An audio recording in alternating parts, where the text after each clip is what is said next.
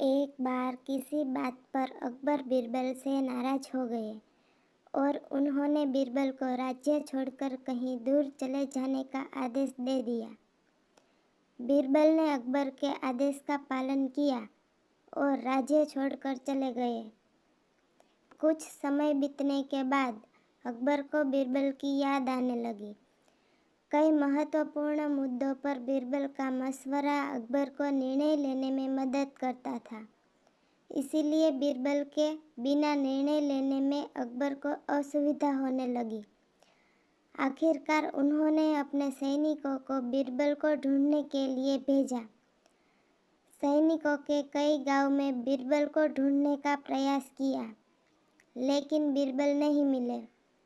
कई जगहों पर पूछताछ करने के बाद भी बीरबल का अता पता ठिकाना नहीं मिल सका और अकबर के पास सैनिक बेरंग लौट आए। अकबर किसी भी सूरत में बीरबल को वापस लाना चाहते थे। इसके लिए उन्होंने एक युक्ति सोची। सैनिकों के माध्यम से उन्होंने अपने राज्य के सभी गांवों के मुखिया को संदेश भिजवाया।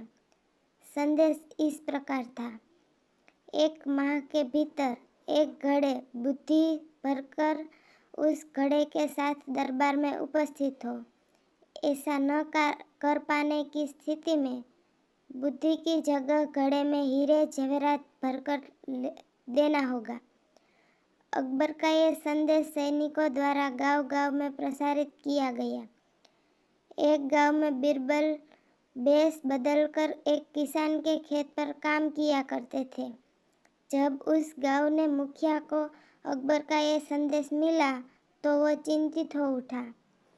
उसने गांव के लोगों की सभा बुलाई। बीरबल भी उस सभा में उपस्थित हुआ। गांव के मुखिया ने अकबर का संदेश गांव वालों को दिया तो सभी सोच में पड़ गए। तब बीरबल ने मुखिया से आग्रह किया, महाशय, आप मुझे एक घड़ा दे दें, मैं उसे इन महीने के अंत तक उसे बुद्धि से भर दूंगा। मुखिया के पास और कोई चारा नहीं था। उसने एक घड़ा बीरबल को दे दिया। बीरबल वह घड़ा लेकर किसान के उस खेतर पर चला गया जहां वह काम किया करता था। वहां उसने कद्दू उगाए थे। उनमें से ही एक छोटे से कद्दू को उठाकर उसने घड़े में डाल दिया। कद्दू अब भी अपनी बेल से लगा हुआ था।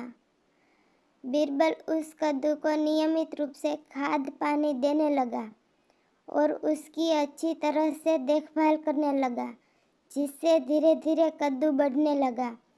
कुछ दिनों बाद कद्दू का आकार इतना बड़ा हो गया कि उसे घड़े से बाहर निकाल पाना असंभव था।